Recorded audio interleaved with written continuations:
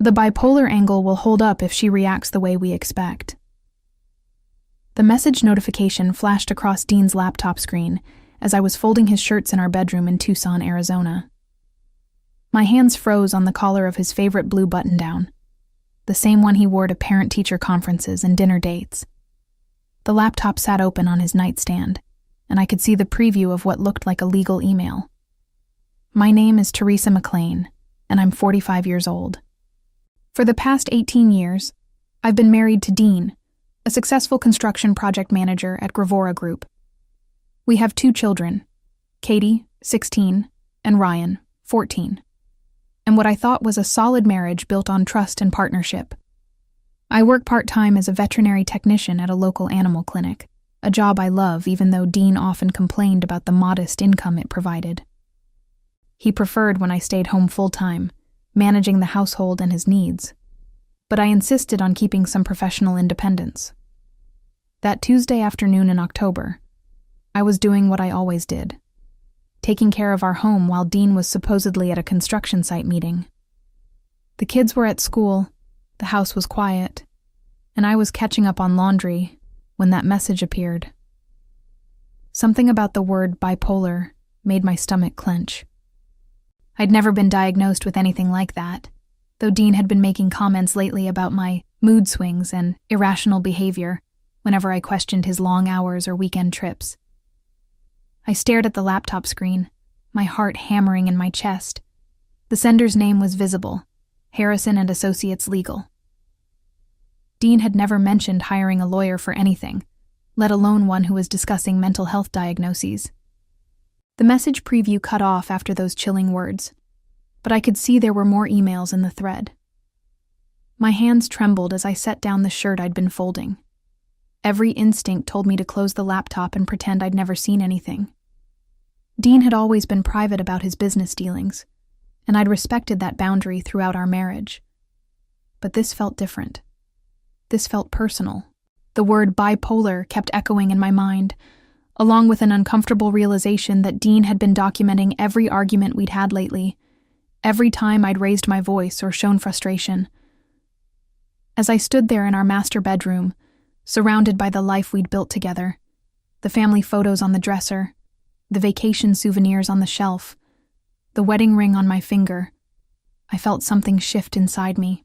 The woman who had always trusted, who had always believed in the man she married, was about to discover just how wrong she'd been about everything. I should have walked away from that laptop. I should have gone downstairs and continued my normal Tuesday routine. Instead, I found myself sitting on the edge of our bed, cursor hovering over the email thread. The rational part of my mind screamed warnings, but the growing dread in my stomach demanded answers. Dean and I had met 20 years ago at a barbecue hosted by mutual friends in Phoenix. He was charming, ambitious, and treated me like I was the most important person in the room.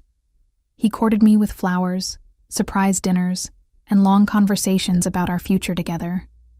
When he proposed after 2 years of dating, I felt like the luckiest woman alive. The early years of our marriage were everything I'd dreamed of. We bought our first house in Tucson, traveled together, and supported each other's careers. But somewhere along the way, things began to change. Dean became more controlling about finances, insisting he handle all major decisions since he earned more money. He started questioning my friendships, particularly with my college roommate Jennifer, claiming she was a bad influence who filled my head with feminist nonsense. When I got pregnant with Katie, he was thrilled, but he also used the opportunity to convince me to quit my job at the veterinary clinic temporarily. That temporary break lasted 6 years. I'd been back at work for the past 3 years, and Dean made his disapproval clear.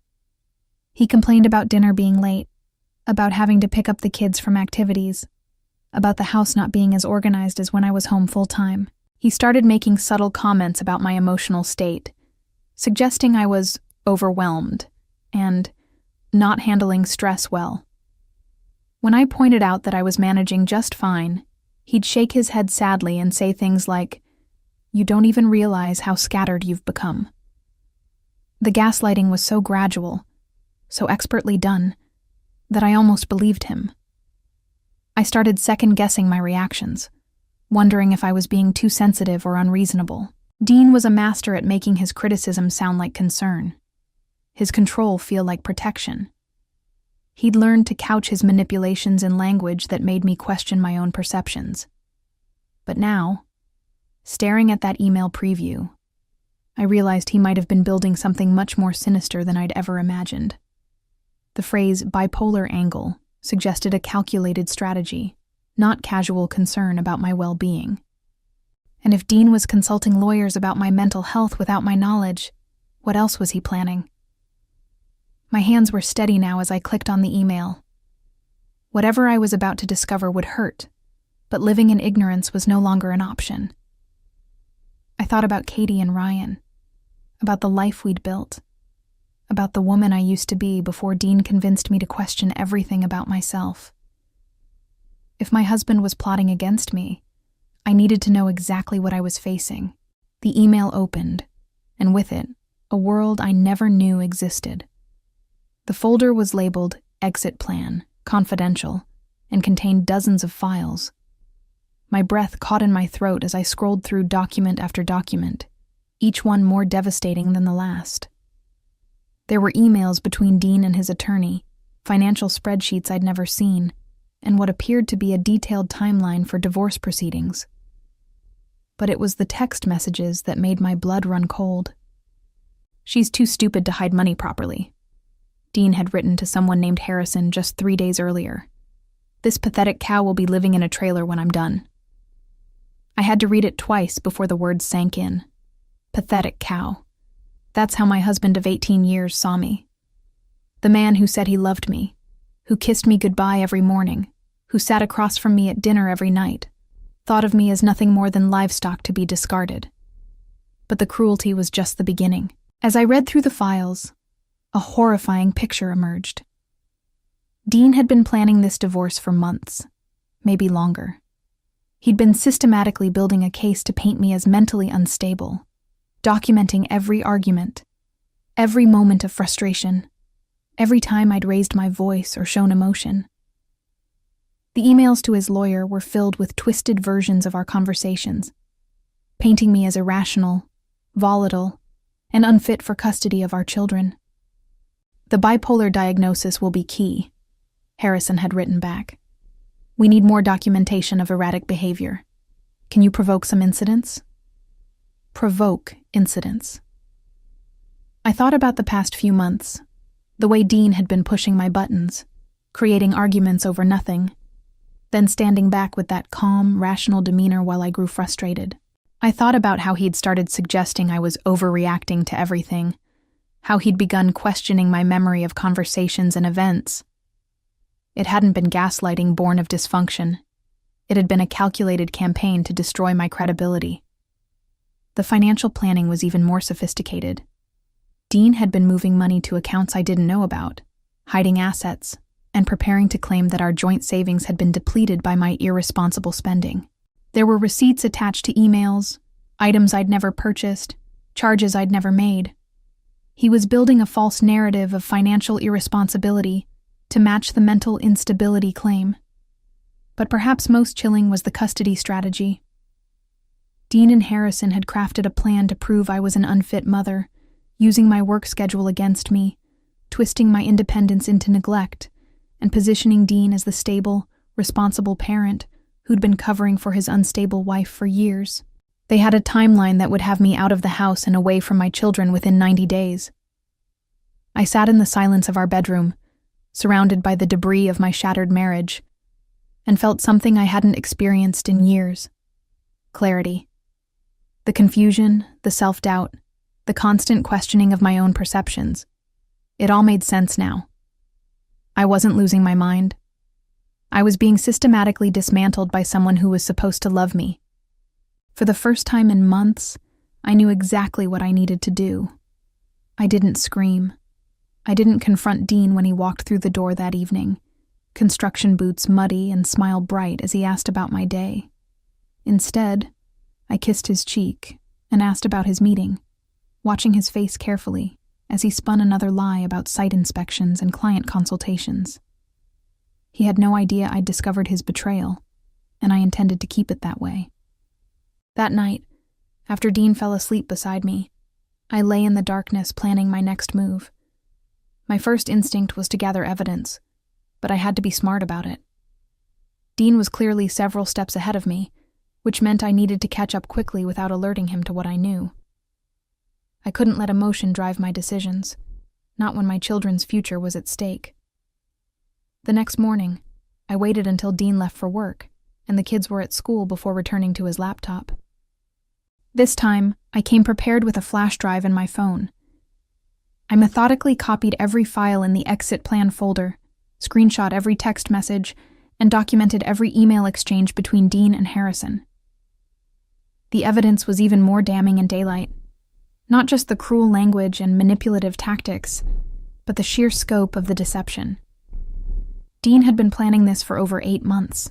He'd been consulting with Harrison since February, building financial strategies and custody arguments while I was making Valentine's Day dinner and planning our anniversary trip.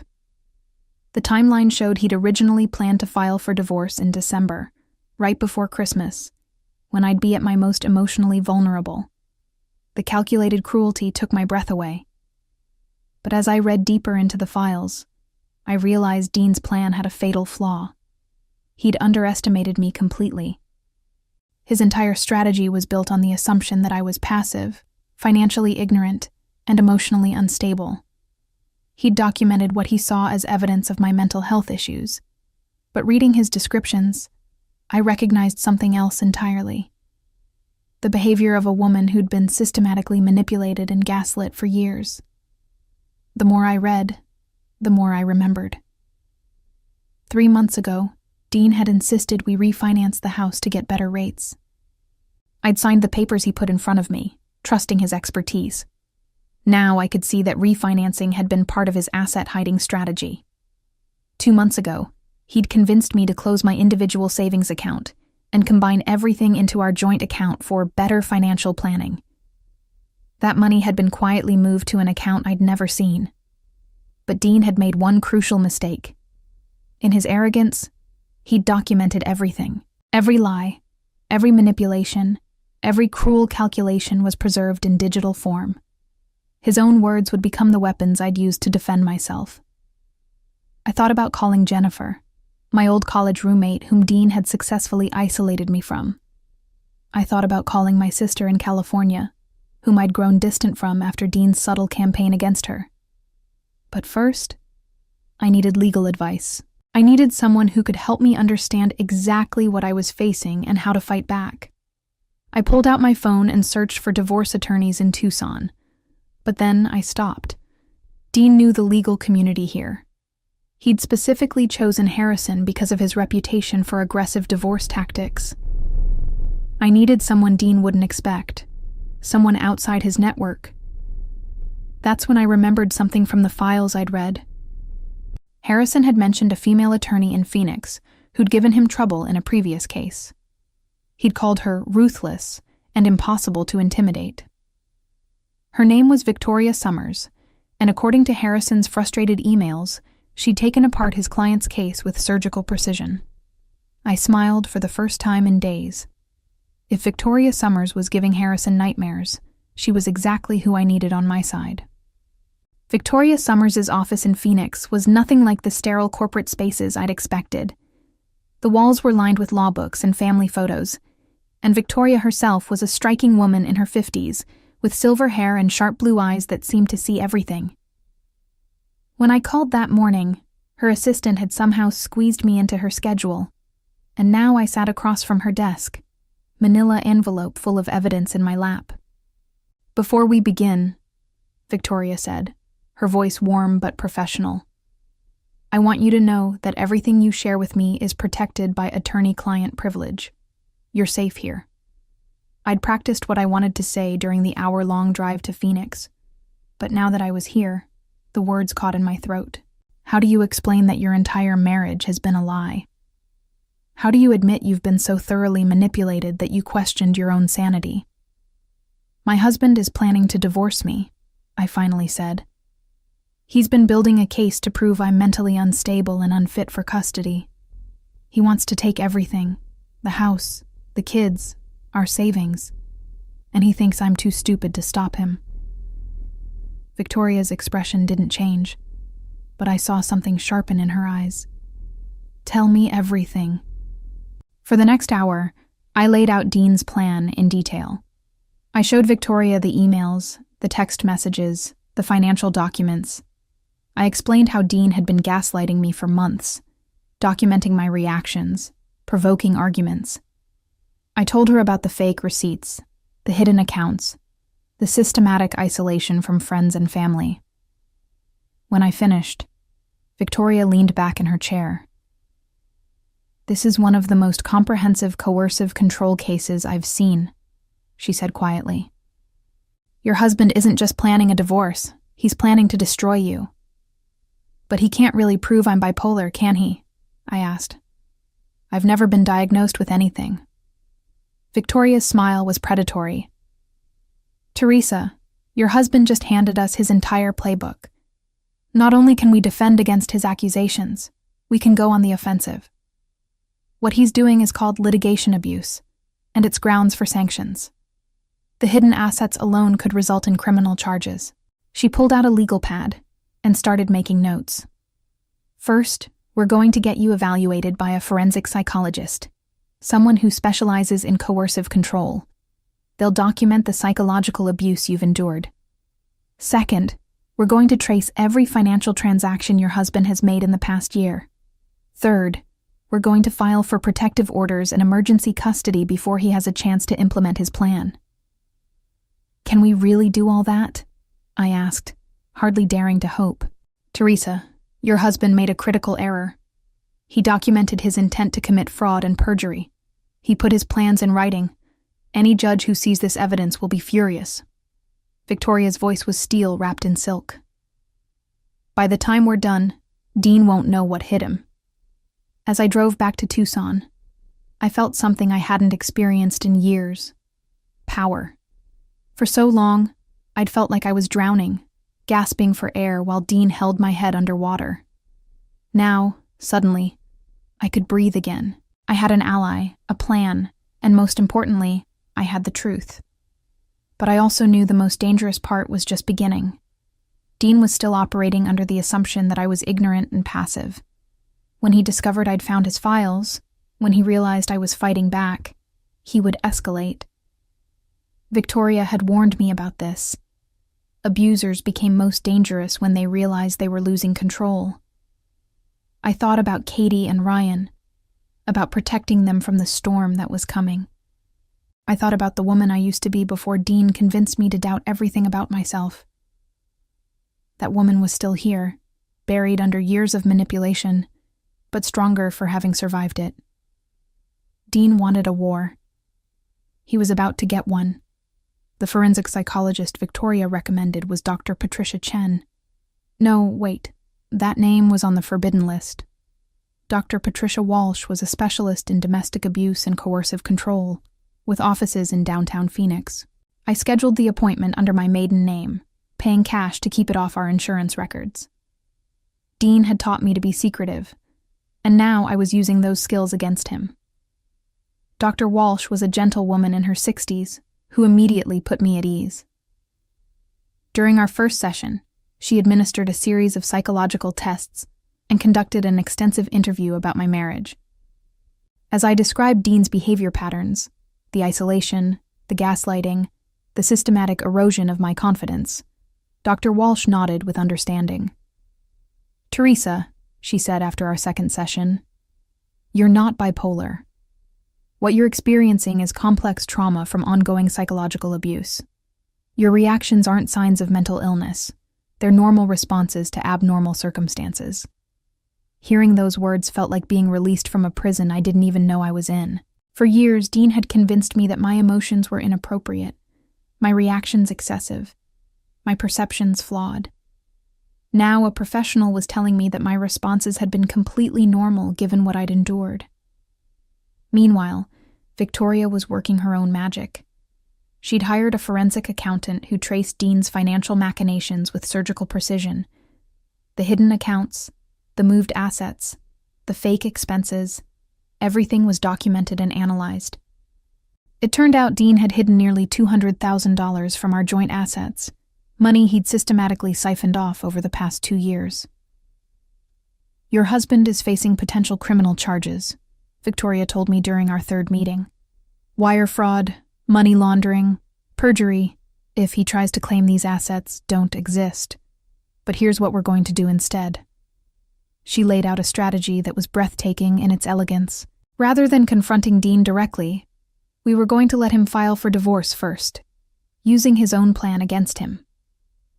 When he presented his carefully crafted lies to the court, we'd be ready with documentation, proving every allegation was fabricated.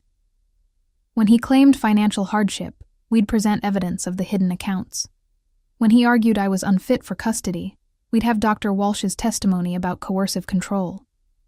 "The judge will see that your husband spent months planning to defraud both you and the court system," Victoria explained.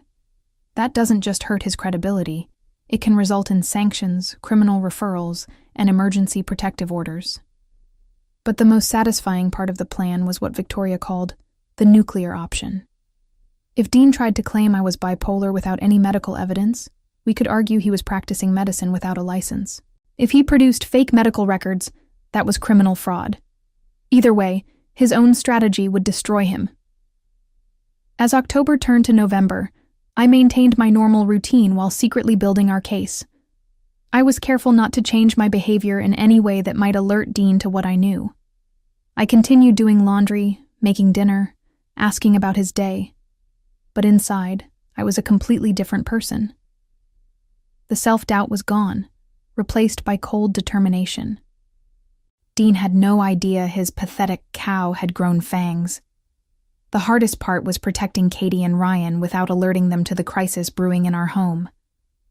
I made sure all their important documents, birth certificates, social security cards, school records, were secured in a safety deposit box Dean didn't know about. I quietly arranged for them to spend Christmas break with my sister in California, framing it as a fun vacation, rather than a strategic move to keep them out of the line of fire. Everything was falling into place. Dean's timeline showed he planned to file for divorce on December 15th, right before the holidays when he thought I'd be most vulnerable. What he didn't know was that I'd be ready for him.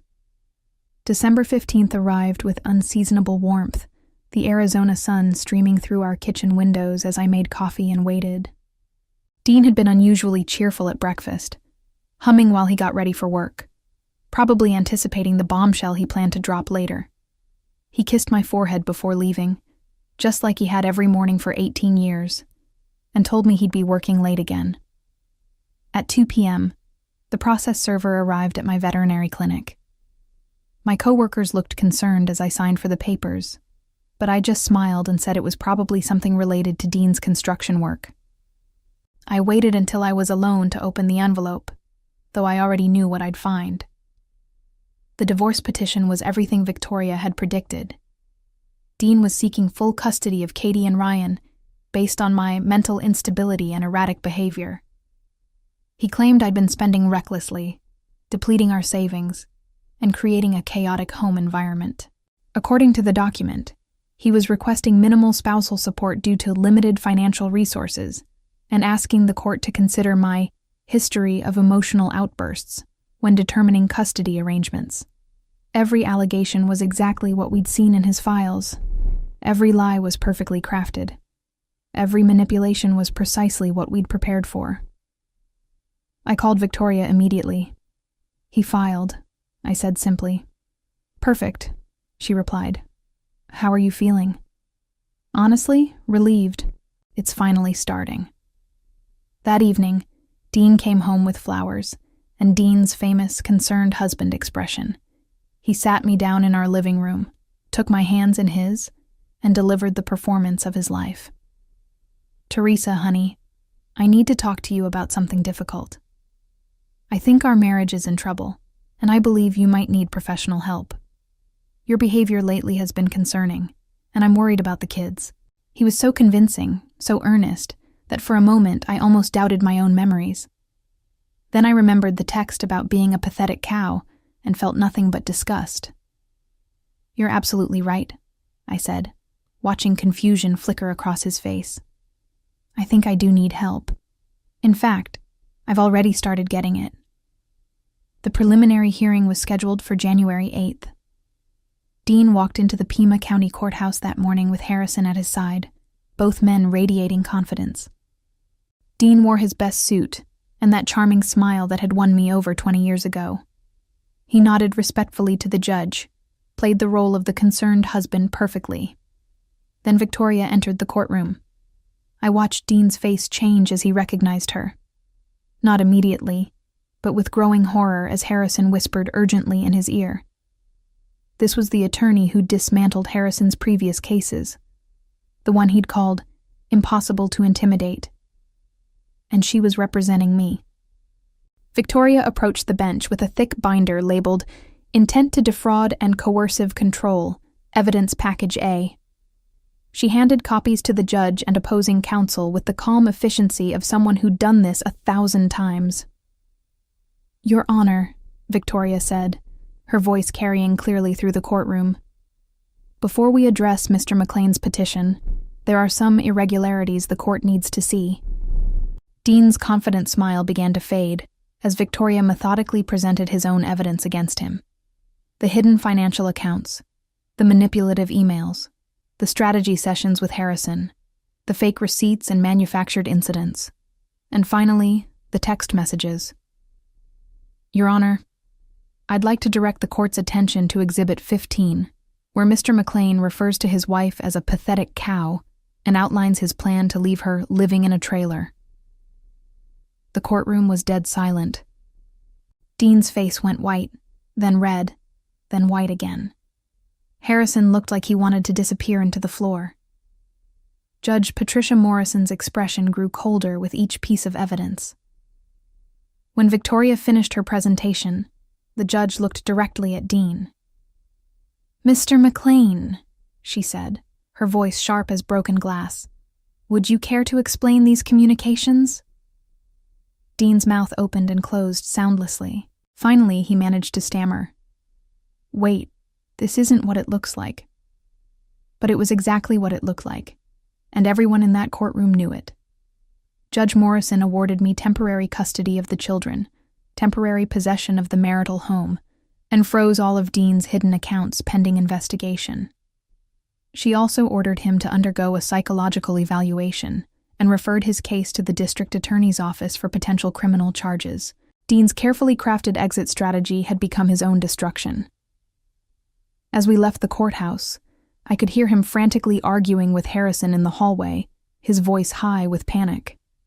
The man who'd called me a pathetic cow was now facing perjury charges, contempt of court, and a federal audit of his finances. I walked out into the Arizona sunshine feeling lighter than I had in years. Katie and Ryan were safe in California with my sister. The house was mine, and for the first time in decades, I was truly free. The divorce was finalized 6 months later. Dean lost custody, half the assets, and his reputation. He also faced criminal charges for fraud and money laundering. Harrison was sanctioned by the state bar and nearly lost his license.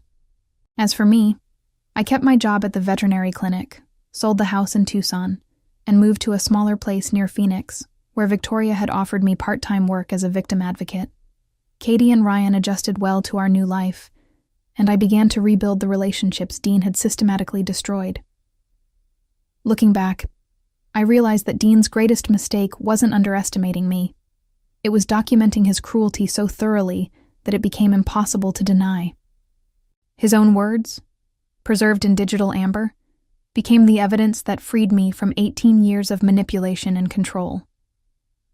I often think about that Tuesday afternoon in October when I first saw that laptop message. The woman who found those files was still trapped in Dean's web of lies. The woman who walked out of that courthouse 6 months later was someone entirely different. Someone who remembered who she'd been before Dean convinced her to doubt everything about herself. The path to freedom had led through the darkest corners of betrayal, but it had taught me that sometimes the people who hurt us most are the ones who inadvertently give us the tools to save ourselves.